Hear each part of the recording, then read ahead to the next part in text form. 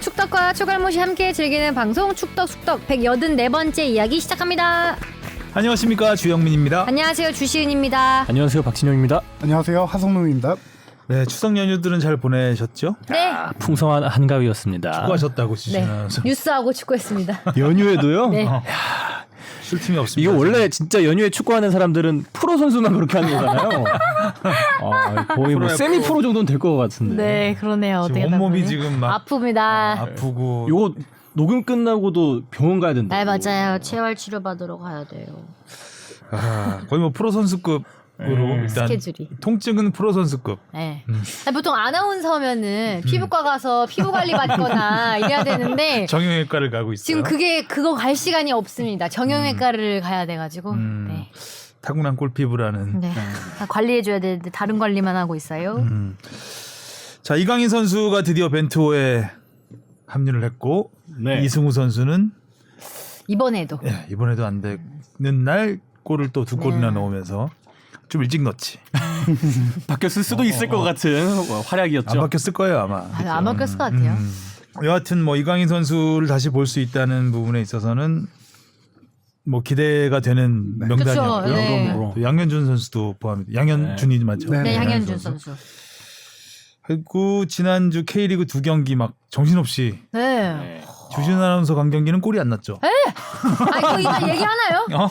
이거 얘기하나요? 아니. 또 댓글로도 많이 달아주셔서 오랜만에 갔잖아요. 전주선을 오랜만에 갔단 말이에요. 근데 골이 안 나는 거예요. 저희 좀 남의 경기 좀 편하게 골 넣으면 세리머니도 확실하게 하고 저희끼리 소리 지를 준비 다 되어 있었는데 그날 참 안타까운 경기였습니다. 졸지 않았으면 다행이었을 것 같습니다. 졸진 않았고 저희 뭐 약간 이제 하다가 너무 그래가지고 되게 좀 그랬어요. 그러고 다음 경기 5골 넣었더라고요. 그러니까요. 기다렸다는 듯이. 네, 그래서 태진 언니랑 우리한테 왜 그런 걸까 말 이랬습니다. 그럴 때 진짜 초청한 팀도 초청당한 사람도 되게 안절부절할 것 같아요. 팀이 그러면. 아니 주신 아나운서 그 실축했다 그러길래 네. 한번 보려고 하이라이트가 아니라 그 풀 영상 안 떠요, 안 떠. 안 잡혔더라고요. 네. 그 풀샷을 해가지고 조그맣게 살짝 보이긴 했었는데 아니 근데 되게 준비를 많이 해주셔가지고 저희 그날 가기 전에 클럽하우스 투어 시켜주시고 그 실내 연습장에서 시축 연습도 하고 막 옷도 새로 그 서드킷으로 유니폼 해주시고 이쁘던데. 블랙이었더라고요. 네, 블랙 입었거든요. 다 했는데 골이 안 났어요. 보이지도 않고 우리도 골은 넣거든요. 지더라도 아나콘다 골은 넣습니다. 되게 댓글이 그런 게 많더라고요. 귀한 손님 모셔놓고 경기력이 그래서 저도 경기 보다가 서울 펜션 갔는데 선배 괜찮으세요? 중간에 연락이 오더라고요. 선배님 괜찮으세요? 그리고 또 그 현장 사진 같은 게 뭐 인스타나 SNS에 오는데 그 시간의 흐름에 따라서 표정이 사라지시더라고. 두 분 다 주춘 쌍으로. 네, 재밌었습니다. 그 중계사에서 의도적으로 그런지 골대녀가 시축할 때마다 안 잡더라고요. 의도적인 것 같긴 한데 저도 그래서 유튜브 영상으로 봤어요. 네. 뭐 굳이 그렇게까지 할 필요가 있을까 싶긴 한데 그러니까요. 경쟁사라고 생각하나 보죠. 네. 자, 토토는 일단 지난 주말 경기를 했죠, 저희가. 네. 제가 4경기나 마쳤습니다. 오랜만에 좋은 성적. 뽕 한 경기. 뽕 한 경기, 영민 선배 3경기, 성경 선배 2경기 마쳤습니다. 성남을 다 응원했었는데. 네. 제가 수원, 삼성과 인천 유일하게 무승부 마쳤습니다. 그러니까요. 이 경기가 또 극적으로 드라마였잖아요, 드라마. 네, 마지막에 추가 시간에 2골을 넣으면서 무승부를 기록했어요.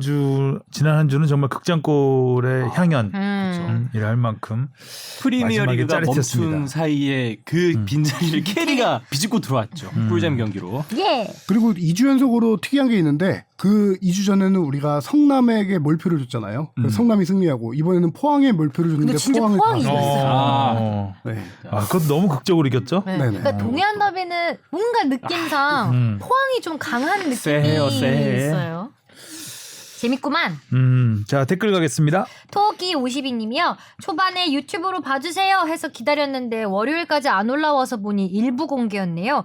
본가에서 소설을 읽으면서 네이버 뉴스에 올라온 축덕숙덕 무한 반복 듣기. 보는 것도 좋고 듣는 것도 좋네요. 주법회 시축 올라온 거 잘 봤습니다. 가랑이 꼴 오늘도 잘 보고 갑니다. 근데 시축이 어디 올라왔어요? 유튜브에? 유튜브에 그 전북현대 채널, 유튜브에 네. 직캠으로 거기서는 아예 관중석에서 편집을 또 해주시고 했는데 진짜 자막도 이쁘게 달아주시고 예, 잘 많이 만들었더라고요. 신경 써주셨더라고요. 마스코트가 센스 있게 잘 피해줬더라고요. 다리를 벌려. 노렸던 거 아니었어요? 근데 노렸죠? 그 원래 알까기 당하는 게 제일 자존심 상하지 않습니까? 감사합니다. 그리고 오늘 유튜브 요 영상도 장비 교체 때문에 아니 안 올라가죠? 지난주에 늦게 올라간 거는 연휴 때문에. 예, 요번 주는 장비 교체 때문에 음성만 좀 유튜브로 올라갈 것 같습니다. 네. 진님이요. 시은 아나운서님 시축 잘 봤어요. SBS 아나운서 역사상 가장 시축을 많이 한 아나운서가 아닌지. 마스코트 알까기 시축 귀엽고 웃겼네요. 시은 아나운서님 응원의 전북, 뽕PD님 응원의 서울. 어느 팀이든 이겨서 투닥투닥 케미 보고 싶었는데 아쉽게도 무승부였네요. 다음 시축 기회가 있다면 승리요정 주법회로. 시축을 몇 번이나 했어요? 2번 했죠. 저번에 수원FC랑 전북현대 갔는데 수원 수업 경기는 FC에서 어떻게 됐었죠? 졌어요. 제가 승리요정 아닌데? 근데 제가 그때는 전반만 보고 이제 뉴스를 해야 돼가지고 왔는데 후반엔- 전반 때는 이기고 있었어요. 아, 일단 적어도 본인이 보고 있을 볼 땐 때는 이겼다. 먹히진 않는다. 지진 않는다. 지진 않는다. 음. 아쉽습니다. 저 토템으로 어디 이렇게 모셔놔야 되겠어요. 네가 가라 내가 갈까님이 질문에 대한 수학적 접근 방식 감사합니다. 덕분에 경기력 변화가 생긴 거라고 봐야겠네요. 패널분들 모두 연휴 잘 보내세요. 추석 연휴에도 K리그 경기를 볼 수 있다는 게 좋네요. 수학적 접근 방식이 뭐였죠 지난주에? 승점 3점제로 변화했다. 정말 네, 흥미로운 승점- 이야기. 맞아요. 좋았죠. 장진성님이요. 축구든 야구든 팀이 매물로 나왔다고 썰이 돌면 인수 후보로 카카오나 네이버를 많이 꼽는데 정작 카카오나 네이버는 스포츠단 운영에 관심이 없는 것 같더라고요.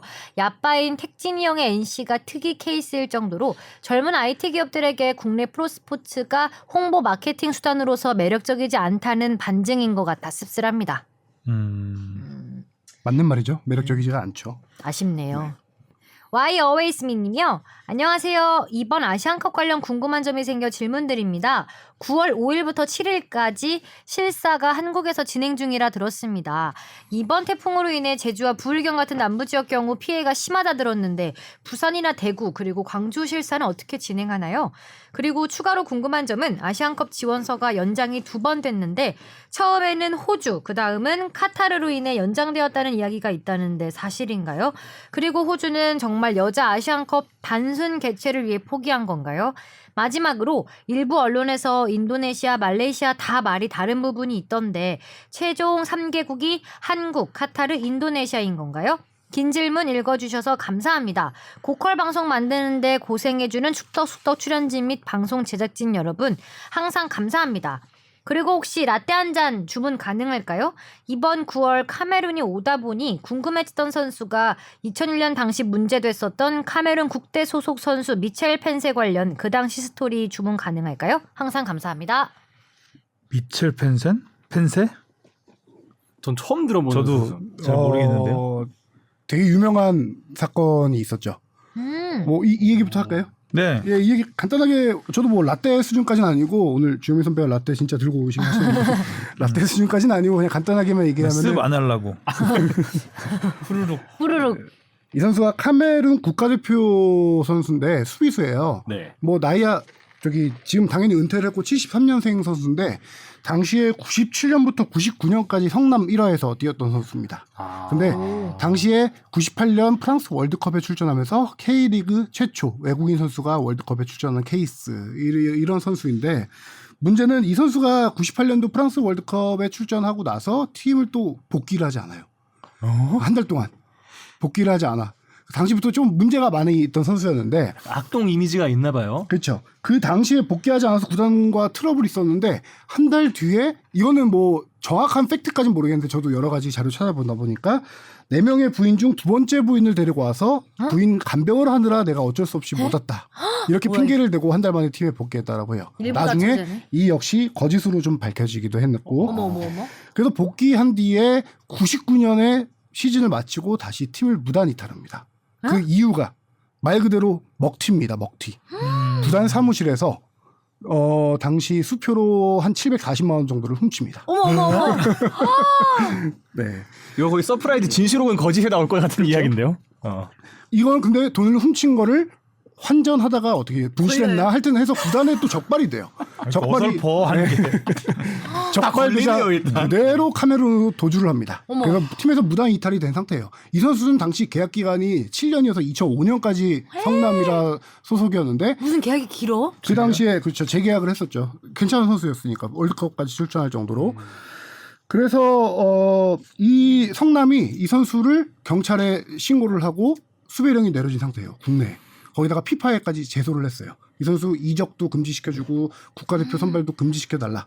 그렇게 흘러 시간이 흘러 2001년도 컨퍼더레이션스컵을 앞두고 우리나라와 평가전이 열립니다. 컨퍼더레이션스컵이 아니에요. 그 전에 2001년도 우리나라와 평가전이 열리는데 이 선수가 방한을 합니다. 지명수배당한. 그렇죠. 지명수배 제 발로. 선수가. 자수한 건가? 아니요. 평가전 속에 자수. 평가전 멤버로 방한을 한 거죠. 카메룬 그래도 멤버로. 돼요? 몰랐으니까. 몰랐는데 자기가 여기서 지금 지명수배자라는 걸 그렇죠. 모르고. 그 당시 경기에 선발로 나와서 뜁니다. 그 경기는 0대0 무승부로 끝났는데 그리고 끝나자마자 호텔에 가서 경찰에게 긴급 체포가 됩니다. 정말 어설프다. 와, 진짜 대박이다. 네, 그래서 철창에 갇힌 신세가 됐죠. 근데 카메룬 축구협회가 이 선수가 이제 체포됐다는 소식을 듣고 와가지고 우리는 이런 사연을 정말 몰랐다. 미안하다. 선처를 호소하면서 카메룬 축구협회가 당시 약속을 한 게 다시는 이 선수를 국가대표로 발탁하지 않겠다. 약속을 해서 성남 구단과 740만 원을 성남구단에 돌려받고 합의서를 작성해서 이 740만 선수를 불도 아니고 740만 원을. 예. 그래서 이 선수가 진짜 한 14시간 만에 철창에 갇혀 있다가 풀려난 사연인데 진짜 말 그대로 먹튀죠, 이 선수야말로. 좀 의아하게 물론 740만 원이 당시의 돈으로 또 따지면 더 비싼 더 그래봐야 뭐 이상의 가치가 있긴 2001년이면 하겠지만 뭐. 근데 이제 프로 선수라면은 분명히 또 그 이상의 연봉을 받는 선수 사람들이잖아요. 근데 740만 왜 원 들고 그랬을까? 또 이게 도망갈 생각을. 그렇죠. 그래서 이 선수는 실제로 그 해부터 국가대표로 발탁이 안 됐습니다. 다시 올 때 무슨 생각이었을까요? 몰랐죠. 왜냐면 시간이 약이겠지 이 하면서 선수가 모르지. 온다라고 방한 명단에 포함됐을 때부터 대한축구협회도 이 사실을 인지하고 있었고 성남 다시 고위 관계자 임원들도 이거에 대해서 문제 제기를 했어요. 근데 이 선수는 안 된다. 그 전에 지명수배를 하고 그 외국에 다 알렸을 거 아니에요. 국내에만 국내에만? 예.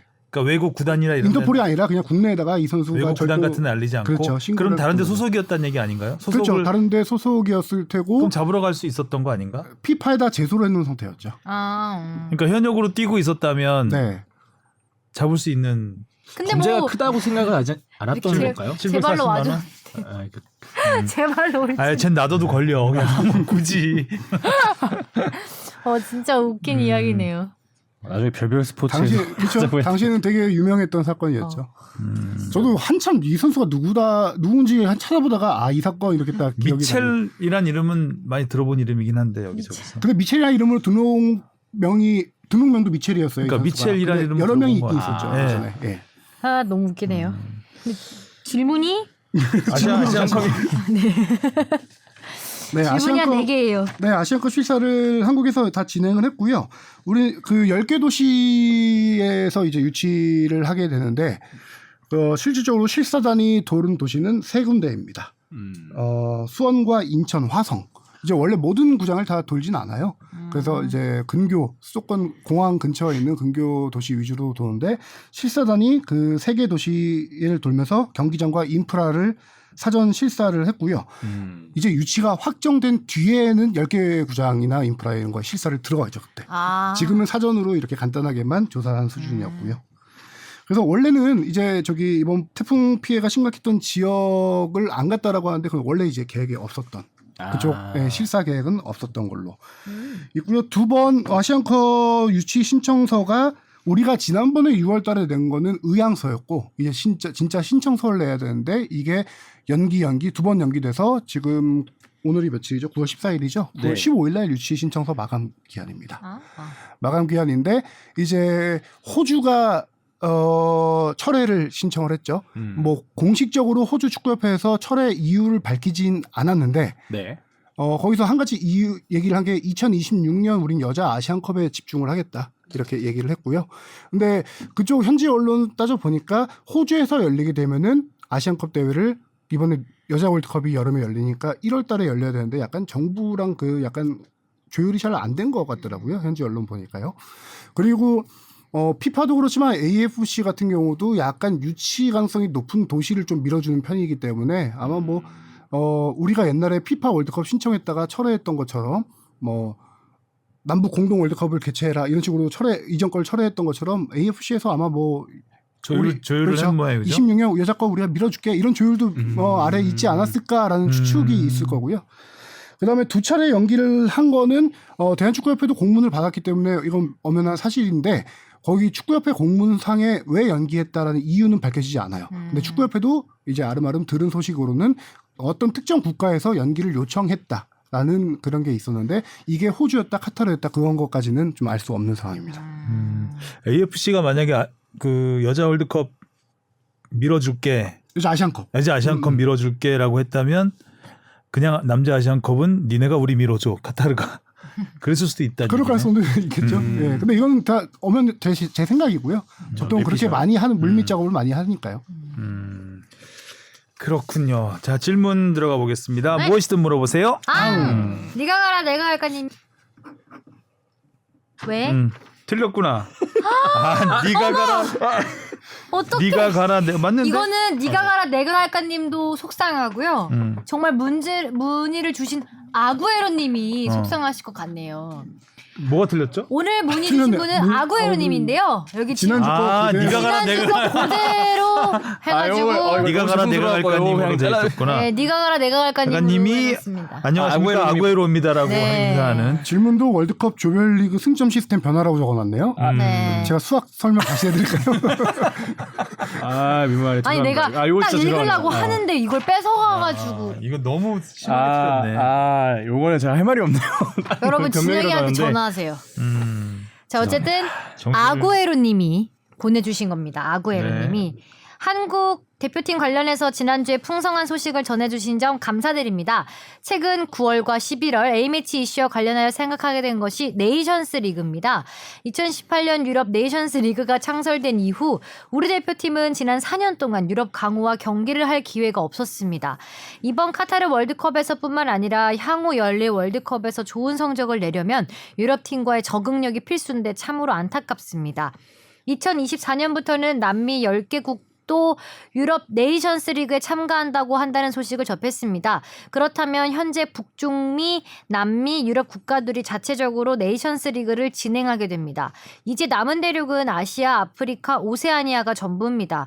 이번 9월 A매치처럼 이동거리가 긴 아프리카 국가를 매번 홈으로 초청해서 A매치를 치르는 게 쉽지 않을 겁니다. 결국 AFC에서도 아시아 네이션스 리그 창설이 불가피한 게 아닐까 생각되는데요. 향후 AFC와 대한축구협회에선 이와 관련해 어떤 계획을 갖고 있는지 궁금합니다. 2024년부터 남미 팀들이 유럽 네이션스 리그에 참여를 하나요? 저도 이 소식은 처음 들었습니다. 제가 미리 살펴보지 남미 못했던 네이션스 건데요. 리그를 만드는 게 아닐까요 혹시? 이건 잘 모르겠네요. 그건 다음 주에 이정찬 선배가 답변해 주기로 하고요. 제가 알기로는 그리고 아프리카도 네이션스 리그를 새로 만들어서 할 걸로 알고 있는데요. 네이션스 컵 말고 네이션스 리그요. 리그 컵은 이제 아시안컵처럼 그쵸? 단일 대회고 지금 약간 헷갈리는 게 아프리카 네이션스 리그인지 아프리카 챔피언스 리그인지 챔피언스 리그는 확실하게 지금 열려서 하고 있는데 챔피언스 리그는 그 클럽 팀 아니에요? 아프리카. 그러니까 아프리카. 네네 클럽팀. 네. 다 이종찬 선배에게 미루겠습니다. 왜 나왔나요 오늘? 제가 이거 질문을 좀 정확하게 읽어보지 않았던 게 이게 왜냐면은 제가 8월 4일 방송분에서 이 부분에 대해서 설명을 한 적이 있어요. 그래서 그 방송을 좀 들으시면은 더 자세하게 아실 수 있는데 그때 말씀드렸던 답변을 간단하게 다시 한번 정리해서만 말씀드릴게요. AFC가 실질적으로 코로나 확산 이전에 이거를 추진하려고 했던 건 사실인데 아시아의 문제가 지난번에 말씀드렸지만 가장 큰 게 이동거리입니다. 아시아는 정말 어마어마하게 넓은 대륙이잖아요. 그래서 이동거리 실질적으로 홈앤어웨이 경기를 하긴 좀 홈앤어웨이 경기를 하기 어렵다는 판단이 있고 코로나 확산으로 인해서 지금 아시아 챔피언스 리그조차 버블로 운영하는 상태라서 그 기간 동안 이게 그냥 조용히 얘기가 없어졌어요. 축구협회에 문의해봐도 그 이후로 전혀 얘기가 없는 상황이다. 그래서 AFC나 축구협회나 어떤 계획을 갖고 있는 건 지금 현재로서는 없다. 그냥 안 열릴 가능성이 높다라고 봐야 될 것 같습니다. 그렇다고 합니다. 문제는 또 호주가 있잖아요. 이걸 하게 되면은. 우리는 항상 아시아 챔피언스 리그에서도 호주 왔다 갔다 하는 원정 걸리면 정말 지옥의 일정이거든요. 더군다나 호주가 또 이렇게 네이션스 리그까지 참가하게 되면은 국가대표팀이 거의 왔다 갔다 해야 된다. 정말 큰 문제죠. 그렇죠. 참 아시아 대륙이 좌우로 너무 넓게 퍼져 있어서. 그죠? 네.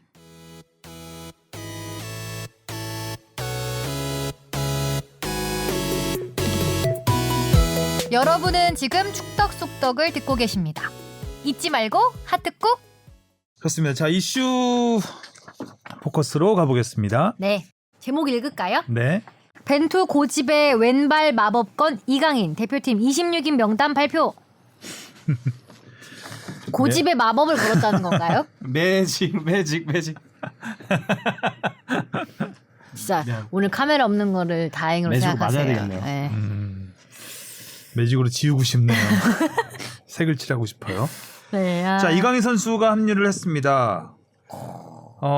예상은 됐었죠. 뭐 네. 그 지난 주말까지 레알 마드리드를 상대로 칼날 같은 프리킥. 그렇죠. 사실상 오피셜처럼 불과 몇 분 먼저 아는 거긴 한데 이거 앞두고 올림픽 대표팀 명단이 거기서 먼저 이제 떴잖아요. 없으니까. 네, 그래서 이강인 선수가 없는 거 보고 이건 거의 100%다. 그런 확신을 갖게 됐죠. 거기다 한 가지. 왜냐면은 이강인 선수 소속팀에 대한축구협회가 공문 보내는 거는 확인이 됐었기 때문에 이강인 선수가 어디든 선발된다라는 건 알고 있었거든요. 올림픽이든 벤투호든. 근데 올림픽 대표팀이 아까 말했다시피 먼저 발표됐는데 그뿐만 아니라 우즈베키스탄과 경기 예고 포스터를 예전에 8월 달에 대한축구협회에서 공개했을 때 메인 얼굴이 이강인과 양현준 선수였어요. 올림픽 대표팀 메인 포스터가. 그 두 선수가 모두 다 다 빠졌네. 다 올림픽 대표 빠졌네. 명단에 멤버가. 빠졌죠. 센터 멤버인데 그렇죠. 일 처리하고는 참. 이제 뭘 누구를 그렇게 확정적으로 그렇게 만들었대. 그러게요. 네. 아유. 그래서 사실상 그래서 양현준 선수도 스포가 좀 됐죠. 거기 그렇죠. 없어가지고. 네. 그렇죠. 그래서 제 생각에는 근데 마지막까지도 약간 긴가민가 했던 게 벤투가 그렇게 고집을 꺾는 스타일이 아니었기 때문에 한 번도 본 적이 없었기 때문에 뽑힐까 했는데 거의 최초로 처음으로 이강인 선수가 벤투의 고집을 넘어선 꺾은 그러네요. 케이스인 것 같습니다. 그렇죠. 예전에 그 홍명보 감독이 손흥민 뽑을 때하고 살짝 비슷한 느낌도 있어요. 그렇죠. 홍명보 감독이 손흥민 선수가 함부르크에서 뛸 시절에 팀 플레이가 너무 약하고 개인 플레이만 한다라고 하면서 이 선수를 계속 선발하지 않았었죠. 20세 이하 대회 나갈 때. 그리고 처음 뽑으면서 남들이 잘한다고 하니까 뽑았다는 식으로 얘기를 했죠. 네. 손흥민 선수도 그런 시절이 그렇죠. 있었네요. 손흥민도 굉장히 그 독일에서 잘 나갈 때 대표팀에 뽑히지 못한 적이 있었거든요. 강인이가 와서 잘해줬으면 좋겠네요. 잘 써야죠 일단. 네. 그것도 그렇죠. 잘 써야 되는데 팀에서 과연 마요르카에서의 그런 역할을 맡을 수 있을지는 그것도 좀 물음표가 있죠. 네. 저는 이강인 선수를 이렇게 봐요. 벤투 감독이 이강인 선수를 A대표팀에 데뷔시켰습니다.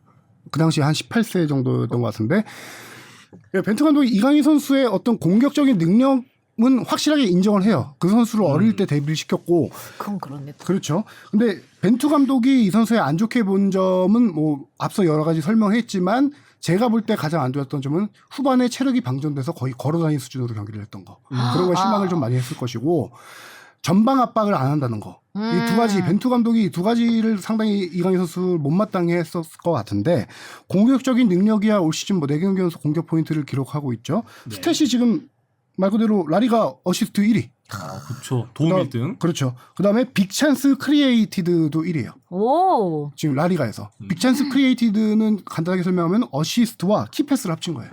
아. 네, 그런 빅찬스를 만들어주는 것까지 1위. 어시스트나 다름없는 키패스 뭐 이런 거겠죠. 그러니까 키패스는 어시스트에 도움 포함? 도움 포함? 그러니까 키패스는 어시스트가 제외됩니다. 키패스라는 건 키패스에 어시스트를 더한 거. 네, 키패스와 어시스트를 더한 게 빅찬스 크리에이티드예요. 오.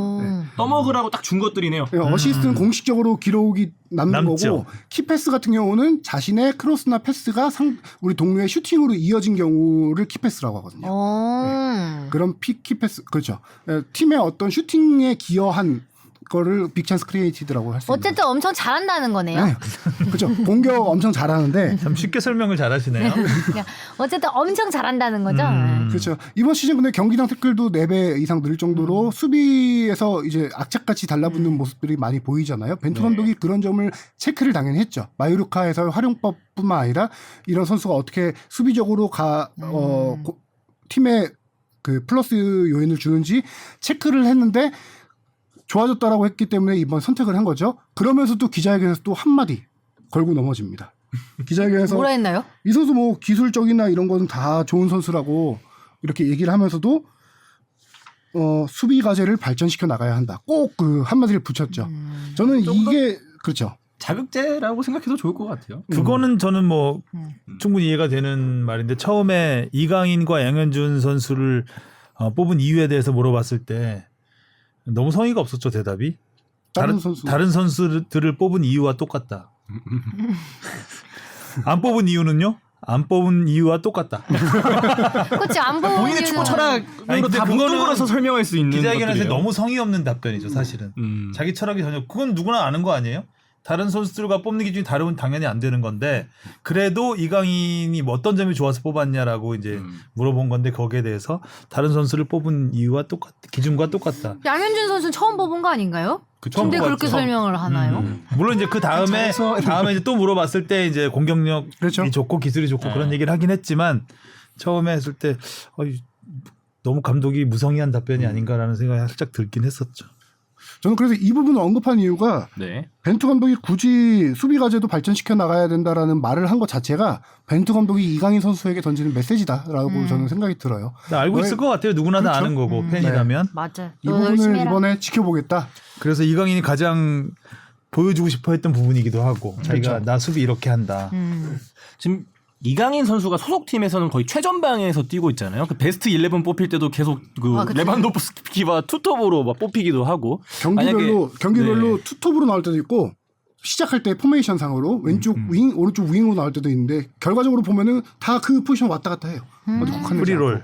만약에 국가대표에 왔을 때는 어느 위치에서 어떤 활약을 좀 펼칠 수가 있을지. 그게 벤투 감독의 가장 큰 고민일 것 같아요. 그래서 마요르카 경기 보면서 활용법 뭐 좀 많이 이런 인터뷰에서도 밝히기도 했는데 이강인 선수를 사실 투톱으로 놓기는 조금 힘들 것 같아요. 황의조 선수와 투톱으로 놓기는 힘든데 뭔가 둘의 조합도 잘 상상이 안 가네요. 그렇죠. 이강인 선수가 제일 잘 뛰는 자리는 말 그대로 10번 자리예요. 최전방 공격수 바로 아래에 있는 어떻게 보면은 섀도우 공격수이면서도 공격형 약간 전진된 공격형 미드필더 자리거든요. 현재 이재성 선수의 자리라고 봐도 되나요? 현재 거기에 넘버 1 옵션이 이재성, 넘버 2가 권창훈 선수. 뭐 그렇게 좀 볼 수 있는데 넘버 3라고 저는 봐요. 현재로선.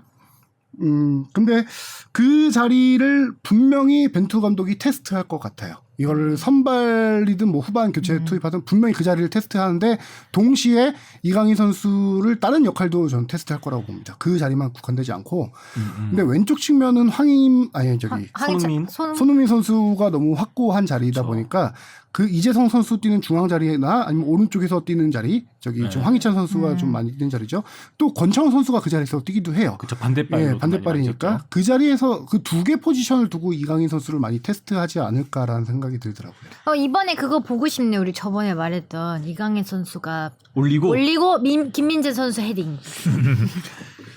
그렇죠. 이제 시간이 얼마나 주어지느냐가 문제겠죠. 그렇죠.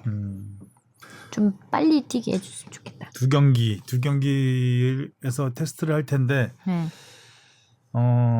일단 뭐 너무 어느 정도 최소한 20분 이상은 주어져야 뭐 좀 할 텐데 좀 뒤늦게 주어지거나 이러면 근데 뭐 다 생각이 있겠죠. 네. 그리고 이강인 선수와 가세할 경우 중앙 미드필드 조합에 대한 고민도 상당히 클 거예요. 왜냐하면 이강인 선수가 그 10번 롤을 맡게 될 경우 황인범 선수와 롤이 약간 겹쳐요. 황인범 선수가 물론 그 아래 선에 있긴 하지만 지금 현재 벤투는 황인범이 플레이메이커 역할을 하는 거잖아요. 그쵸. 근데 그 자리를 이제 이강인 선수가 앞에서 맡다 보면은 황인범 선수는 짧은 패스 위주로 공을 전달해 주거나 그런 스타일로 변하게 될 텐데 그거를 둘이 같이 쓸까 아니면 한 명에게 좀 맡겨놓을까. 그렇게 되면 또 연쇄적으로 황인범 선수가 안 서게 된다면 그 자리엔 누가 서게 될까? 백승호 선수 아니면 손준호 선수가 있거든요. 손준호 선수 그래서 저는 여러 가지 실험이 될 거라고 보는 게 그렇죠. 손준호 선수가 부상 털고 돌아왔죠. 또 한 가지 핵심적인 포인트 실험 플랜 B를 봐야 될 게 지금 정우영 선수 자리예요. 수비형 미드필더 자리. 그 자리를 손준호 선수에게 혼자 원볼란치 역할을 맡길 것이냐 아니면 강팀에 대비해서 손준호, 정우영 투볼란치를 맡기면서 좀 수비적으로 더 연습을 할 것인지 이번 2연전에서 그런 걸 좀 많이 실험할 것 같습니다. 정우영 선수 있어도 그렇고 없어도 그 애매하다는 그 자리 그 몇 년째 늪에 풀리지 빠진다는 않는. 그 거기. 그렇죠. 아 어렵네요. 양현준 선수는 또 마찬가지 입장이겠죠. 이강인 선수와 같이 테스트 약간 후반에 교체 투입돼서 그렇죠. 테스트 받는 입장이겠죠. 네. 최용수 감독이 어제 경기 열릴 때 이제 사전에 기자들과 왼쪽인가요, 만나서 양현준 선수? 오른쪽 많이 줍니다. 그리고 왼쪽도 뛸 수 있고 뭐 양쪽 날개로 다 잘 뛰고 있긴 하죠. 이거 해주세요. 뭐요? 성대모사. 연습 타임인가요? 최용수 감독이 양현준에 대한 평가. 네, 평가에 그 해주세요. 선배님 여기 밑에 있어요. 양현준 마지막 4번째 줄. 성대모사 해주세요. 이거? 근데 제가 생각하는 멘트는 이게 아니라서 다른 거라서 그래? 조금 네. 다른데 감독을 잘 만났어. 이거거든요. 최용수 감독님이 최용수 감독님이 딱 기자들 만나서 감독을 잘 만났어 했는데 이게 웃기라고 하는 얘기가 아니라 진짜로 실질적으로 양현준 선수는 만났죠. 최용수 감독과 맞아. 만나서 이렇게 뜬 겁니다. 맞아. 이번 시즌 진짜 엄청난 반전을 보여준 거잖아요. 네. 그렇죠. 양현준 선수가 저기 고등학교 졸업, 부산 정보고를 졸업하고 나서 강원 이제 입단을 했을 때 입단할 때부터 원래 유망주였어요. 거의 신인 하성룡 기자는 선배를 잘 만났어.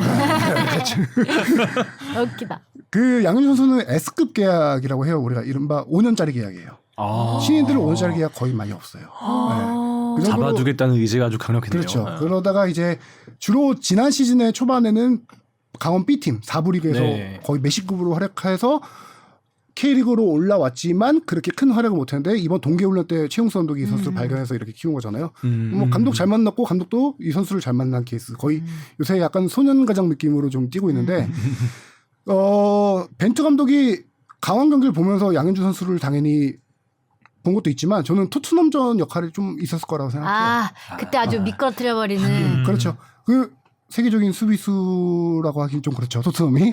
그래서 저렇게 피지컬 좋고 프리미어리그 주전 수비수들을 상대로 이 선수가 이 정도 활약을 보여줄 수 있구나라는 게 인식의 전환이 한번 됐을 거고요. 최근 들어서 8월달 9월달에 지금 3골인가 넣으면서 최근에 다시 조금 한번 부진을 털고 다시 또 올라온 모습이 있거든요. 깜짝 발탁이 벤투 감독이 그동안 없었던 건 아니에요. 그렇죠. 한 명, 두 명씩은 깜짝 발탁을 했었는데 사실상 이 선수는 첫 기회이자 마지막 기회잖아요. 지금 9월달. 그렇죠. 월드컵 진짜 거의 코앞에 두고. 네. 저는 솔직히 말해서 월드컵 본선까지는 이번 9월달에 정말 미친 활약이 아니면 힘들 거라고 생각은 해요. 근데 이 선수를 그래도 한번 지금 K리그에서 최고 폼이 좋은 선수 중에 한 명이니까 테스트 해보겠다라는 생각으로 했는데 이 선수가 정말 아까 말한 대로 벤투 감독 훈련에서부터 시선을 사로잡으면 벤투 감독이 좋아할 스타일이에요. 기술적이고 패스 연결 플레이 되고 그쵸. 딱 좋아할 스타일이긴 하거든요. 정말 월드컵마다 우리 깜짝 발탁이 한 명씩 있긴 했었어요. 그 그렇죠. 계보를 이을 수 2연전. 있을지. 그렇죠. 이 계보를 이을 수 있을지 그게 가장 큰 관심입니다. 그치. 지금 또 뭐 부상 있는 선수들이 있어가지고. 사실상 그렇죠. 지금 나상호를 뽑혔구나. 엄원상이 부상이죠. 엄원상. 지금 약간 윙어 자원으로 부상인 선수가 송민규와 엄원상 두 선수입니다.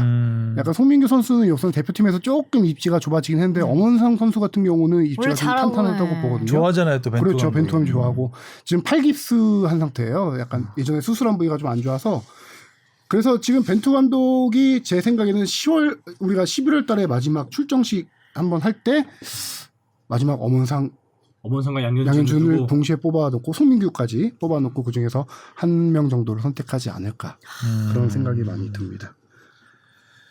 자, 이승우 선수는 탈락을 했습니다. 굉장히 기대를 했을 것 같은데. 그렇죠. 들어보니까 그 관계자한테 들어보니까 이번 조금 기대를 많이 했다라고요. 했을 것 같아요. 워낙 좋았으니까. 기대가 큰 만큼 실망도 컸는데 어제 두 골 넣고 정말 최고의 활약이었죠. K리그 진출로 최고 첫 원틸골이었는데 넣고 나서 기자회견에서 되게 단답형으로 끝내버렸어요. 아쉽다? 그게 다다. 근데 그게 오히려 더 단답형이었던 게 더 아쉬운 마음을 제대로 드러낸 것 같아요. 그래서 이승우 선수 같은 경우는 제가 이제 이강인 선수와 어떤 차이가 있을까를 생각을 해봤는데 이강인 선수는 뭐 두 선수 다 공격적인 능력은 올 시즌에 잘 보여주고 있잖아요. 네. 근데 이강인 선수는 수비적인 능력에서 아까 말했다시피 발전된 모습을 보여줬어요. 스스로 증명을 해냈어요. 근데 이승우 선수는 똑같아요. 수비 가담이 좀 약한 모습. 근데 수원 FC에서 이승우 선수 약간 배려를 받고 있어요. 감독에게. 수비 가담을 조금 빼주고 있어요. 이승우 선수를. 네, 그런 모습에서 약간 차이가 이강인 선수와 이제 이승우 선수의 차이를 벤투 감독은 거기서 좀 봤을 것 같습니다. 뭐 거의 공격적인 그런 거 하니까. 네, 진짜 뭐 이번 그 포지션이 워낙 경쟁이 심하니까. 그렇죠. 이승우 선수를 뽑지 않은 거는 뭐 일견 이해가 되는 네. 부분이 좀 있죠. 근데 어제 후반 추가 시간에 나온 결승공장은 터닝슛. 클래스를 보여주는 확실한 골이었어요. 그거는. 그리고 세리머니 하듯이 골을 넣었잖아요. 한 바퀴 돌면서. 회오리 슛. 어. 그러니까 이번에 13호 골까지 넣으면서 주민규 선수를 득점 뭐 2개까지 거의 득점왕 경쟁에 올라가고 있는데 근데 이때까지 골들을 보면은 다 진짜 그 클래스가 느껴진다고 해야 될까요? 뭐 그렇죠. 간단한 이승우 선수 동작 몇 개로. 입장에서 골을 넣기 위해서는 스스로 만들어 넣을 수밖에 없는 네. 스타일이기 때문에 골들이 다 멋있어요. 그리고 또 그 13골들이 전부 다 페널티킥 없이 또 이뤄낸 골들이라서 그 순도도 되게 높은데 좀 아쉽긴 합니다 사실. 벤투의 눈에 들기 위해서는 득점왕을 하면 안 된다. 득점하면 안 된다. 명단 아래 득점왕 경쟁에서 빠져라. 순위표 아래. 아까 페널티킥 제가 얘기했는데 진짜 우리가 지난 시즌 손흥민 선수 많이 얘기했을 때 나온 거지만 페널티킥 없이 득점으로 이승우 선수가 현재 K리그 1위입니다. 진짜 득점하면 안 되는데? 자, 이용 선수가 빠진 것도 뭐 의외라기보다는 네. 의외죠. 지금까지 항상 있었으니까. 그렇죠. 부상 이후에 역시 벤투 감독의 눈에서 좀 멀어진 것 같은. 네, 이용 선수는 월드컵 출전을 위해서 팀까지 이적을 한 그러니까요. 선수죠. 전북에서 김문환 선수에게 이제 주전 경쟁에서 밀리면서 수원 FC에서 지금 활약이 좋아요. 네. 크로스야 워낙 정확했던 선수고 이용 선수의 장점이 제일 큰 장점이 크로스예요. 네. 제가 예전에 한번 얘기한 적이 있는데 이용 선수는 다리 구조를 정확히 설명하기 힘든데 킥을 하는 것 자체가 공이 휘어가는 케이스래요. 이용 선수가 중앙대로 약간 나가는데 오른발이 좀 안쪽으로 들어와 이게 그런 구조라고. 예, 그렇죠. 그래서 똑바로 차면 휘어 들어간다고. 네, 진짜요? 그래서 크로스의 질이 좋은 거예요. 그 선수가 타고났네요. 네. 팔처럼 휘어 들어가는. 예. 근데 아무래도 이 선수가 나이가 있다 보니까 벤투 감독이 뭐 약간 활동량이라든가 이런 걸 종합적으로 판단했을 때 지금 오른쪽 측면 자원으로 뽑은 선수가 3명이에요. 김태환, 김문환, 윤종규 선수인데 원투픽은 김태환, 김문환일 것 같아요. 그렇죠. 이용 선수가 이번 제외되면서 확실하게 월드컵 출전 사실상 물 건너간 게 아니라라는 평가고 그 원투픽에 이제 부상이 나올 경우 3픽 윤종규 선수. 윤종규 선수의 장점은 좌우가 그래도 그나마 된다는 선수거든요. 열심히 뛰죠. 그렇죠. 또 윤종규 선수가. 왼쪽에 김진수, 홍철, 오른쪽에 김태환, 김문환. 그 어느 자리든 혹시 엔트리가 26명으로 늘었으니까 윤종규를 양쪽에 쓸 수 있는 걸 한 명 더 데려갈 수 있는 케이스가 있는 상황이 있고 오른쪽에 한 명 빠졌을 경우 이용 선수 대신 윤종규를 선택할 가능성이 높다. 이렇게 봐야 되죠. 자, 이제 9월 두 번의 평가전 코스타리카, 카메룬 말도 많고 탈도 많았던 네. 국내 평가전. 네, 하네요. 벤투 감독이 그 국내 평가전에 대해서도 얘기를 잠깐 했죠. 맞아. 질문이 들어오던데요. 들어왔는데 뭐 정확하게 거기에 대해서 답변하지 않았지만 약간 뉘앙스는 내가 의도하진 않았다. 약간 그런 느낌이었습니다. 의도하지 않고 어쩔 수 없는 선택이었다. 어쩔 수 없었지만 최선을 다한 선택이었다. 뭐 이런 식으로 대답을 했습니다. 어쨌든 국내에서 열리고요. 코스타리카전은 고향, 카메룬전은 서울에서 열립니다. 김민재 선수 기대되죠. 6개월 만에 바뀝니다. 6개월 전 만에. 이강인 선수도 기대되고요. 김민재와 이강인이죠. 네. 가장 기대되는. 다른 시점 선수들이 폼 제일 항상 좋은. 있던 선수들이기 때문에. 맞아. 근데 김민재 선수는 뭐 이탈리아 가서 완전히 한 클래스가 올라선 네.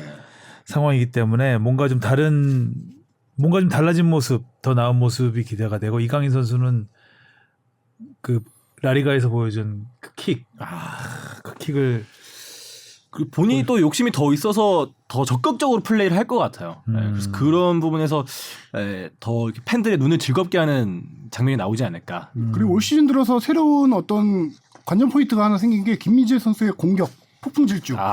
괜히 기대감이 생겨요. 오늘 경기 안 나오나 괜히 공 잡으면은 올라가지 않을까 하는. 올라가지 않을까. 대표팀에서도 저는 충분히 나올 수 있는 모습이라고 생각하거든요. 그런 게 기대됩니다. 자, 그리고 밤사이에 챔피언스 리그가 있었습니다. 손흥민 선수 제목 한번 읽어주세요. 밤잠 설칠 일 없다. 수면제 경기력과 길어지는 골 침묵. 수면제 경기력이라는 뭐야? 말이 있나요? 제가 만들었습니다. 보니까 졸려서요. 경기가 저 이번에 경기를 쭉 보려고 했거든요. 재미가 참 없었죠. 어느 순간 ASMR처럼 들리더라고요. 이렇게 잠을 부르면서 손흥민은 잘 안 보이고 막 중계 듣는데 골은 안 팟캐스트 들어가고. 듣는 것 같고. 아 그래서 밤잠 설칠 일 없다고? 뭐좀 새벽에 설렐 일이 잘 없는 것 같더라고요. 이제는 뭐 실시간으로 볼 필요 없다 이런 얘기인가요? 근데 이제 보게 되긴 되는데 곱씹으면 이제 저희 뽕 PD처럼 곱씹으면 안 돼요. 지금 약간 이 제목으로 너무 말이 많이 나오니까 당황한 거 당황하고 같아요. 있잖아. 답변 못 하고 있잖아요. 요걸로 분량 다 뽑았는데 분량 5초 뽑았거든요. 아 너무 웃기다. 자, 손흥민 선수는 슈팅마저 없었습니다. 네. 일단 페리시치가 나오면 작아지는 건 맞는 것 같아요. 네, 그렇죠. 페리시치 이번에도 둘이 같이 선발로 나오면서 또 네. 히트맵을 봤더니 페리시치는 완벽하게 그냥 일자형이에요. 왼쪽 측면 사이드 라인을 손흥민은 또 기차를 안쪽으로 뚫었구나. 몰리게 되고. 그렇죠. 손흥민은 안쪽으로 몰리게 되는데 이전 경기와 오늘 경기의 차이를 보면은 페널티 박스 안에 진입도 거의 없어요. 딱 페널티 박스에서 중앙선 하프라인까지 여기만 왔다 갔다 하다 보니까 이 선수 장기인 스프린트를 할 수 있는 공간도 거리가 없고. 공간도 없네. 안 생겨요. 그리고 왼쪽 코너킥 자리에 좀 히트맵이 형성된 거는 주로 코너킥 하러 갔을 때 걸어간 자리. 주로 그런 자리고요. 여기서 스프린트 하려면 해리케인을 제쳐야 돼. 그렇죠. 그 관중석으로 가야 될 것 같은데요. 그리고 뭐 수비 가담 이렇게 좀 수비 가담이 있고요. 그래서 이 페리시치가 오면은 확실하게 왼쪽 측면을 내주다 보니까 손흥민 선수가 할 때가 좀 역할이 적어지는구나. 뛰지도 않고 중앙에 가다 보니까 거기 중앙엔 또 수비수들 몰려 있는 상황이고 그리고 또 뭐 그리고 스포르팅이 엄청나게 뛰더라고요. 스포르팅이 후방 빌드업을 하는 팀이에요. 와, 정말 많이 뛰더라고요. 엄청 많이 뛰고요. 네. 그리고 개인기도 예술이던데. 잘라 들어가는 것도 원투 패스도 좋고. 그 뭐 되게 감독이 젊은 명장이라고 하더라고요. 장면들이 멋있는 것들이 몇 개 있잖아요. 그렇죠. 그 요리스 골키퍼의 엄청난 선방도 우리 있었고요. 요리스 골키퍼 선방한 거. 그 한 명이 한 질주해가지고 수비 한 4, 50m 뛰어갖고, 예. 그 우루과이 토트넘 선수 출신입니다. 토트넘에서 내보낸 스포르팅이 선수입니다. 정말 이름을 잘하는구나 그 까먹었는데, 생각이 들었어요. 경기 보면서. 그 스포르팅 감독이 되게 지금 되게 뜨고 있는 전수가예요. 아. 어리거든요. 30대. 호날두 오면 네, 내가 떠나겠다고 그 감독. 네, 그렇죠. 그 되게 전술가로 지금 날도 친구. 향후 몇 년 안에 빅리그 빅클럽 갈 거라고 지금 다 예상하고 있는 되게 전술가 감독이고요. 근데 그런 걸 다 떠나서 이 경기는 스포르팅도 잘했다고 생각하진 않아요, 저는. 엄청 잘한 그 건 팀도 아니었죠. 못했는데 토트넘이 너무 못했던 경기예요. 특히 손케히 요새 이제 세 명의 공격수 조합이 이 세 경기에서 다 침묵뿐만 아니라 부진했던 경기. 히샬리송은 그래도 슈팅 4개나 하면서 뭐 조금 나았는데 손흥민 선수보다 더 부진했던 게 이 경기는 케인입니다. 케인이 토트넘이 공격이 잘 될 때 보면은 케인이 뭐 잠깐 내려와서 패스 히샬리송에게 찔러주고 손흥민에게 찔러주고 거기서 뒷공간 들어가서 이렇게 하는 공격들이 전형적인 공격인데 케인이 이번 경기에서 패스 성공률이 65%에 불과합니다. 리그 평균이 70% 중반 후반이에요. 평균보다 이 경기가 최저거든요, 케인이. 패스 흐름이 거기서 많이 끊기다 보니까 히샬리송뿐만 아니라 손흥민 선수 뒷공간 침투해도 공이 안 오는 거예요. 그나마 없는 공간을 침투해도. 그러다 보니까 공격진에서 공격이 아예 안 풀리죠. 거기다가 손흥민 선수를 72분 만이었나요? 일찍 빼버렸는데 빼고 나서는 오히려 그거조차 안 되는 토트넘은 그것조차 경기력이 더 죽었죠. 전술의 문제라고 봐야 되는 건가요, 그러면? 페리시치 일단 페리시치는 잘했잖아요. 그렇죠? 페리시치는 눈에 띄더라고요. 그 왼쪽 측면에서. 네. 페리시치와 아무래도 손흥민 선수와 공존법을 찾아야 되는데 페리시치가 잘했지만 손흥민 선수와 겹치는 동선이 엄청 많았어요. 많죠. 페리시치가 왼쪽 측면에서 직선형으로 질주 올라가서 크로스를 올리는 스타일이기도 하지만 이 선수 원래 좋아하는 스타일은 중앙으로 치고 들어가서 슈팅하는 스타일이거든요. 이 선수도 플레이 스타일이 공격수 출신이에요. 지금은 윙백을 맡고 있지만 그러니까 중앙으로 들어갈 때 손흥민 선수는 중앙에 있다가 왼쪽으로 빠져줘야 돼요. 그래서 수비수들이 서로 달고 나오면서 중앙에 공백이 생기고 그 자리에 페리시치가 들어가든가 아니면 페리시치가 왼쪽으로 들어갈 때 손흥민 선수가 중앙으로 들어가면서 컵백 같은. 그렇죠. 컵백 같은 둘이서 유기적인 움직임을 해줘야 되는 게 그런 게 전혀 없어요. 그러니까 저는 페리시치가 잘한다는 거는 크로스에 국한돼서 좀 할 수 있는 얘기라는 그렇죠. 생각도 좀 들거든요. 거기서 항상 보이니까. 네. 근데 과연 이 지난 시즌 득점 왕을 좀 뭔가 빛이 바래게 하는 플레이가 잘한다고 그냥 할 수가 있을까라는 생각도 좀 들긴 하더라고요. 그거 이제 콘테가 풀어야 될 문제죠. 그렇죠. 페리시치가 풀어야 될 문제는 아닌 것 같고. 그렇죠. 그래서 그 맨유의 수비수 출신 퍼디낸드가 오늘 BT 스포츠에 나와서 얘기를 한 게 손흥민은 누가 뭐래도 톱 플레이어다. 근데 이제 왜 그런 얘기가 나왔냐면은 톱. 어느 한 최고. 팬이 질문한 우리 무엇이든 물어보세요 양처럼 질문했나 봐. 손흥민이 이제 선발에서 빼야 되는 거 아니냐. 그 질문에 대한 퍼디낸드의 답인데 왜 지금 이런 얘기를 하냐. 이 탑 선수한테 지난 시즌에 해리케인이 8월 달에 골 안 넣었을 때 니네 이런 식으로 질문했냐 우리한테. 근데 왜 손흥민한테 그러냐. 이거는 손흥민의 문제가 아니라 콘테 감독이 손흥민을 최고의 플레이를 할 수 있도록 만들어야 되는 거지 콘테 감독의 문제다라고 얘기를 한 게 있어요. 그것뿐만 아니라 지금 페리시치와 호흡보다는 지난 시즌에 함께했던 세세뇽과의 호흡이 좋은 이유가 세세뇽이 올 때는 지난 시즌에 윙백들을 콘테 감독이 많이 안 올렸어요. 수비를 먼저 단단하게 하고 그러다 보니까 그쵸. 손흥민 선수가 왼쪽 측면 파고드는 공간이 많아지면서 그렇게 더 활동도 많이 하고 스프린트도 많이 하고 했던 건데 올 시즌 페리시치가 선발 출전 안 한 경기와 선발 출전 선발 출전하면 손흥민과 공존했던 경기 스탯을 비교해봤더니 페리시치가 벤치에 있었던 경기에서 손흥민 선수 3경기인데요. 슈팅 수가 3.3개입니다. 근데 페리시치가 선발 출전하면 슈팅 수가 1.8개로 줄어듭니다. 거의 둘이 안 두 맞긴 배. 하네. 안 맞아요. 궁합이 궁합이 안 맞네. 손흥민이 친해지길 바라라도 좀 해야 되나? 손흥민이 약간 비켜주는 느낌. 그렇죠. 내가 경기에서 보면 맞습니다. 비켜주는 페리시치는 자기 스타일대로 하고 손흥민이 좀 맞춰주려고 페리시치가 하는. 올라오니까 비켜주다 보니까 해리케인 자리까지 근처까지 가면서 좀 활동 폭이 더 좁아지는. 서로 엉키네. 사실 지금 또 가운데는 케인도 있지만 반대편에 시샤일리송도 좀 안쪽으로 많이 들어오는 스타일이잖아요. 맞아요. 헤더도 많이 있다고. 그러다 보니까 그 양쪽에서 좀 중앙에서 이렇게 압축되는 듯한 응축되는 그러니까 듯한. 수비수들이 모이니까 더 더 안 되지. 뚫기 어렵지. 공간이 없지. 흩어놔야 되는데. 오히려 그리고 페리시치가 맞아. 올라오니까 손흥민 선수가 더 적극적으로 수비에 가담을 하는 맞아요. 네, 그런 자리를 상황이 서로 많이 좀 벌어지고요. 벌려줘야지. 위치 슈팅만- 선정이 중요하다고. 네, 위치 선정이 중요하다고요. 슈팅만 줄어들었냐? 경기의 지배력도 반말하냐? 줄어들었어요. 그치. 볼 터치 횟수. 페리시치가 선발로 안 나온 경기에서 손흥민은 맞아요. 경기당 46.3개의 볼 터치를 하는데요. 페리시치 선발로 같이 뛴 경기는 36.8개. 거의 10개가 그러니까 줄어듭니다. 본 느낌 그대로 통계가 나오는 거야. 맞아. 그러니까 딱 볼 때도 일단 페리시치가 나오면 손흥민은 확실히 들 보이고 약간 어쩔 줄을 모르는 느낌까지 들 정도더라고요. 그래서 볼 터치가 줄으니까 또 뭐가 준다? 패스가 준다. 그치, 볼이 안 오는데. 26.3개에서 그리고 그 좁은 공간에서 볼이 오면 바로 떠넘겨요. 뭐 몰고 들어가고 그럴 여지가 별로 없더라고요. 보면. 그렇죠. 한 가지 또 손흥민 선수의 올 시즌 배드 컨트롤이라는 스탯인데 공을 컨트롤하지 못하고 뺏기는 경우가 좀 많아졌어요. 많았죠. 그게 중앙에서 볼을 잡다 보니까 수비가 많아지는 거예요. 뛸 공간이 없어지다 보니 장기를 못 살리다 보니까 뭐 그렇게 되고 패스도 지금 경기당 한 7개 정도 줄어들고요. 네, 콘테 감독이 손흥민에 대해서 너무 많은 걸 기대하는 걸 수도 있다는 생각이 드네요. 더 이상 그죠? 그 이상으로 네. 진화할 수 있는 선수다. 단지 그 왼쪽에서만 활개치는 손흥민을 넘어서 중앙에서 좀 해봐. 그 탈압박과 뚫고 들어가서 혼자 해결하기를 기대하는. 그러니까 그러니까 손흥민 더하기 해리케인을 기대하는 거죠. 해리케인이 되기를. 손케인을 혼자서 해야 되는. 손케를 혼자서. 아. 그러니까 손흥민 케인이 합작골은커녕 지금 맞아요. 전혀 둘이 비슷한 위치에서 서로 어떻게 서로에게 도움이 전혀 안 되는 상황이 돼버렸죠. 지난 시즌에 비해서 그 선택과 집중이 좀 잘 안 되는 느낌이 있는 것 같아요. 지난 시즌은 손흥민 케인밖에 없었잖아요. 아니 눈빛 보고 뛰고 막 이러잖아요. 근데 네. 이제 바로 앞에 있으니까. 눈빛 보고 뛸 겨를이 없어. 공간도 없고. 그 뭐 자꾸 페리시치 저 가운데로 크로스 올려주고 약간 그 전체적으로 토트넘의 공격이 확률이 낮아지는 공격을 많이 하는 것 같아요. 왜 자꾸 공력이라고 해요? 공격이 부족한가 봐요.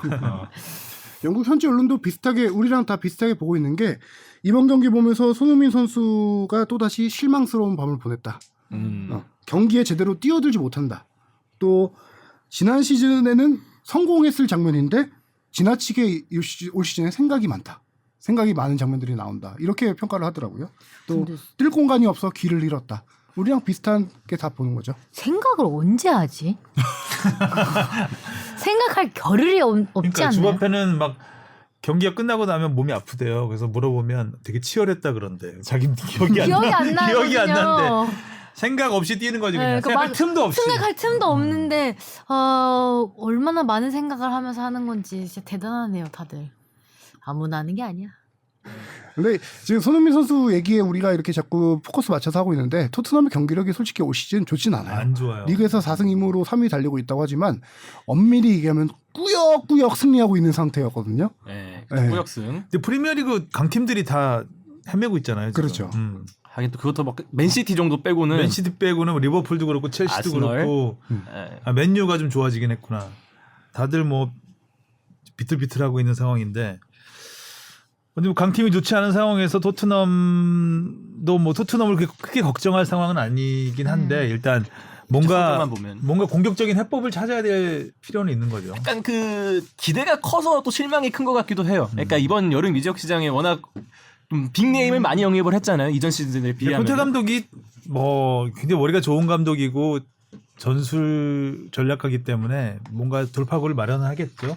일단 페리시치 지금은 테스트 기간이라고 보고 아직까지는 초반이니까 뭔가 이대로 가면은 좋지 않을 것 같아요. 좋은 선수들은 다 있는데, 그쵸? 뭐 영입도 많이 하고 했으니까. 그리고 그 좋은 장면 딱 하나만 나와도 될 것 같아요. 그러면 그거를 좀 그 표본 삼아서 더 많은 플레이를 좀 더 이어갈 수 있지 않을까. 사실 손흥민과 케인은 지난해 좋은 장면이 워낙 많았기 때문에 그런 것들을 다 고려하겠죠.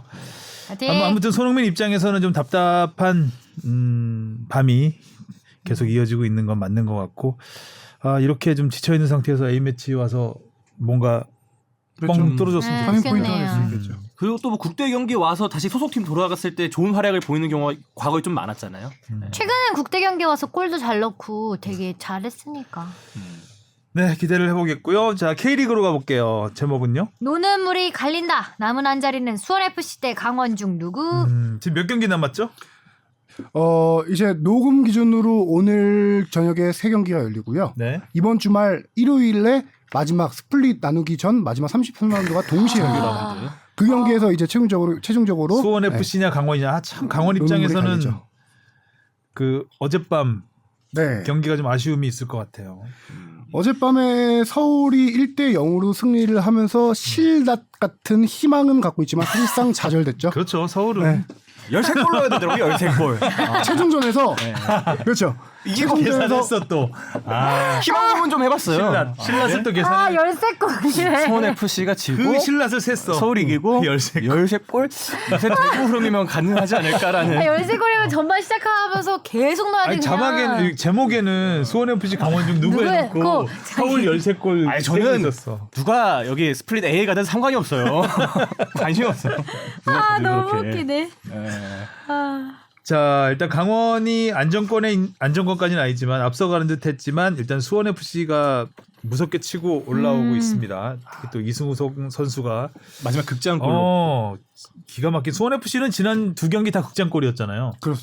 주중에도 정말 드라마 같은 골이었고 수원 FC 강원 두 팀이 올해 너무 진짜 의외로 잘하고 있어서 누가 돼도 사실 의외죠. 근데 수원FC는 그냥 이렇게 대충 기억하고 건데 골이 안 났던 경기가 많지 않았던 것 같아요. 유독 많이 넣는 경기도 되게 많았던 것 같고 골을 되게 잘 득점 1위 아닌가요, 넣는 팀인 지금? 것 같아요. 득점 1위고요. 뭐 네. 4대 2 승리, 4대 3 승리 그죠? 엄청 많고요. 맞아. 수원 FC가. 골을 잘 넣더라고요. 이승우 효과가 부럽겠다? 확실하게 이승우뿐만 아니라 서울. 수원 FC의 공격수 김현 선수도 자신의 커리어 하이 시즌입니다. 지난 시즌에 인천에서 7골 넣었었는데 김현 골도 예술이었죠. 그렇죠. 서울 상대로. 그게 이 전 경기 서울전 2대2 극장골 무승부 경기였죠. 그렇죠.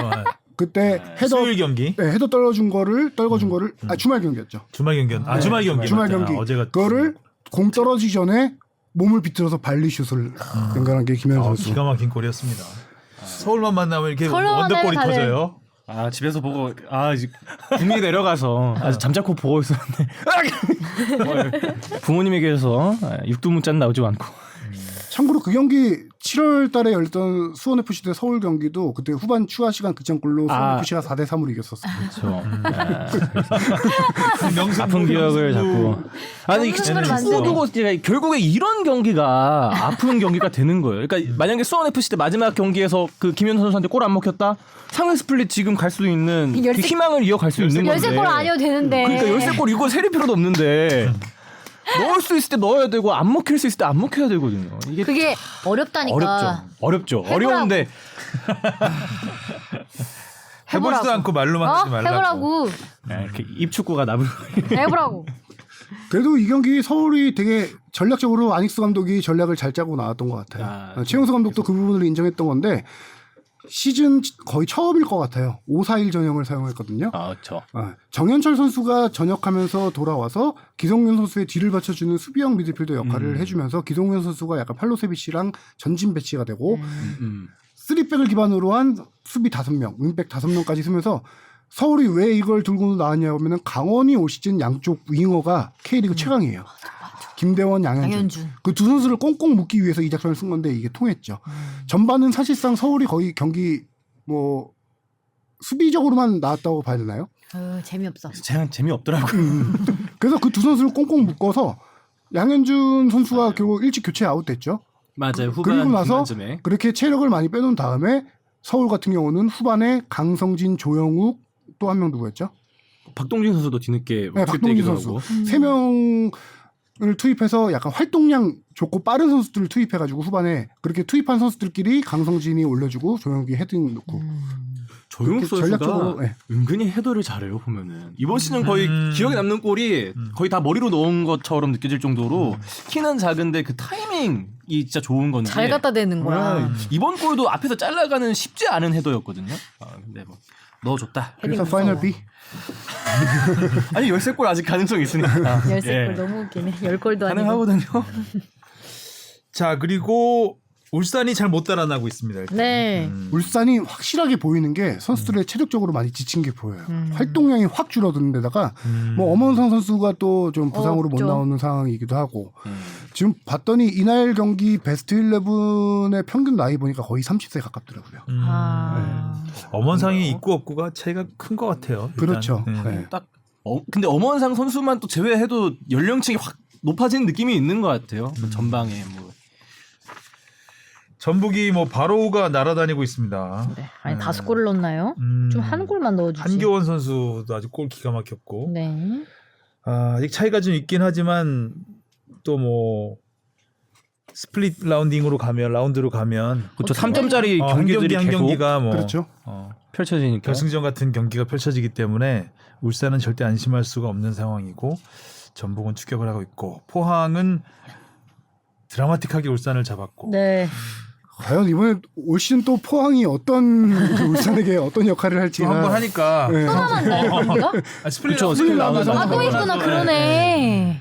울산은 지금 쉽지가 않아요. 만만치가 않아요. 정말 전북 울산 맞대결에서 전북이 승리하고 포항 울산 맞대결에서 포항이 잡아주면 어떻게 될지 진짜 몰라요. 모르죠. 네. 약간 데자뷰인데 예전에도 3년, 2년 겪었잖아요. 저희. 그러니까요. 그러지 않았나요? 그렇게 생각하기에는 승점차가 큰 게 사실이에요. 그치. 7점이면. 보통 이런 시나리오 나오려면 한 승점 4점, 3점 차 정도 나야 되는데 정말 그래도 마지막까지 좀 재미있게 갈게 전북이 그래도 경기력이 조규성 선수가 전역하고 최전방을 지켜주면서 조금 살아나서 5골 넣은 거 있고요.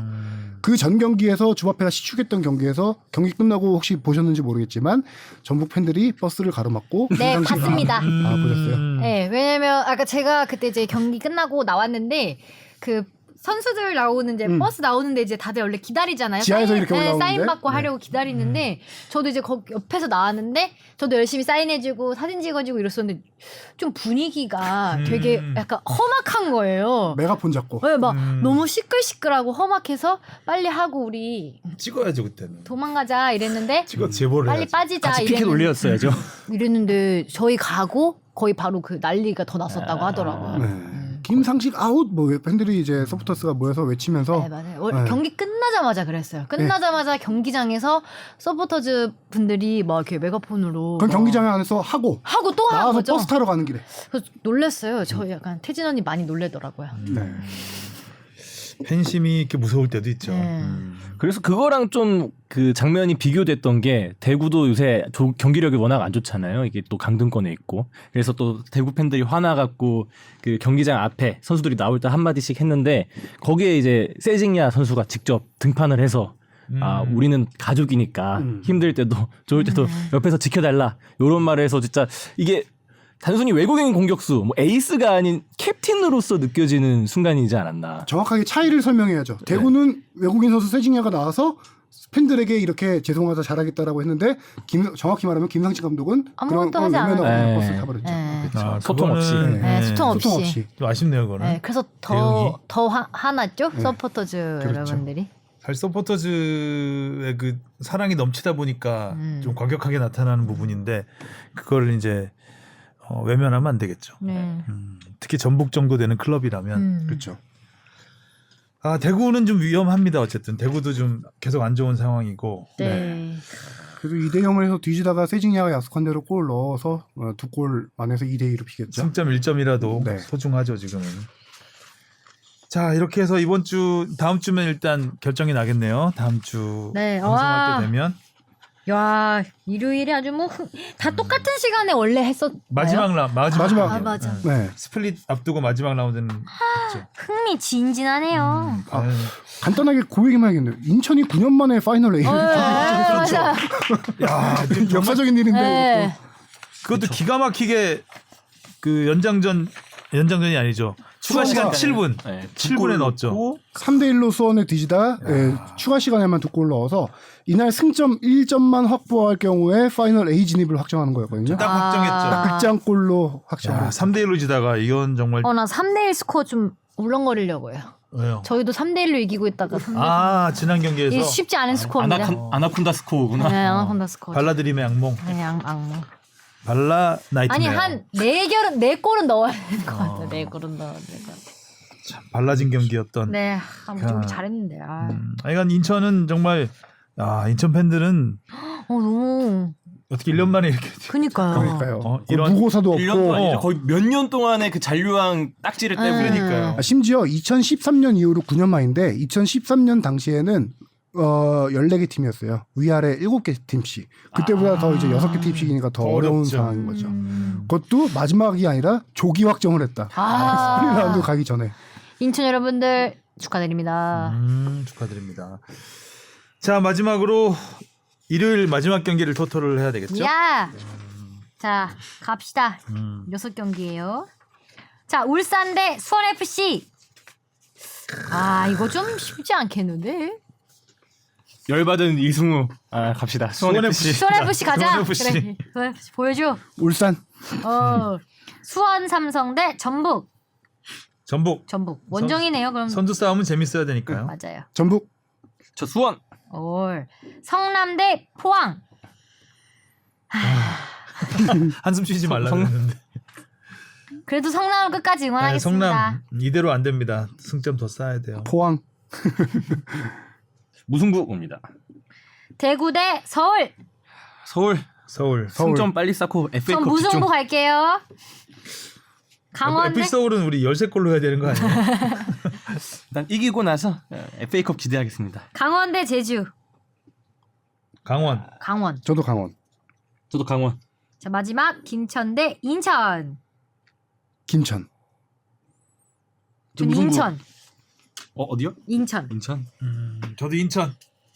분위기가 좋아서 원이 다 틀릴 것 같은데. 근데 좀 요번 라운드가 좀 좀 어렵다. 어렵다. 약간 네. 이번에는 꽂히는 게 잘 없어요. 한 2개 맞히면 많이 맞힐 것 약간 같아요. 안쓰러운 팀한테 많이 간 것 같아요. 자. 벌써 또 이렇게. 네, 벌써 이제 스플릿 계절이 왔습니다. 네, 개막한 게 엊그제 같은데. 맞아요. 이제 스플릿 K리그도 이제 막바지에 접어들고 서서 이제 월드컵 시즌으로 다가오면서 축구 열기가 절정에 달하기 시작하는 네. 단계인 것 같습니다. 자, 수고하셨고요. 다음 주에 만나요. 안녕.